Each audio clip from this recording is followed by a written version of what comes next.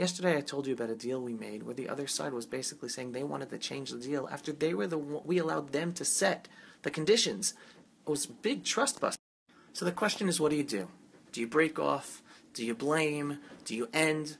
Our end goal is to establish a long-term relationship with good people.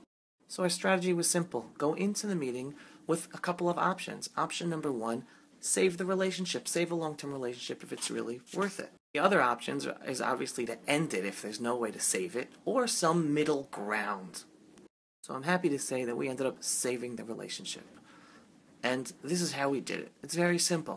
Step one is you talk about the data, because it's the data that's talking about what's actually, who's right, who's wrong, what's going on. But no blaming, just talk about the data.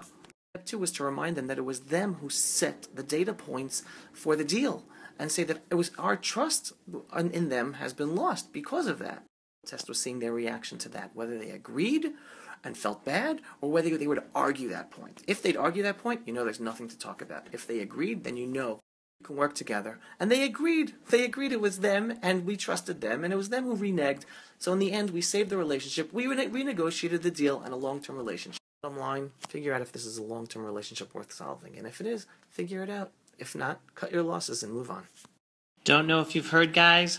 A terrorist was just stopped from entering the hotel with this belt. Look what he was hiding in his belt. Thank God he was stopped. Yeah, folks, this is my view right now.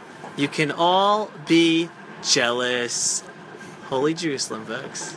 I just had an unbelievable privilege of having a meeting with Rabbi Richman of the Temple Institute.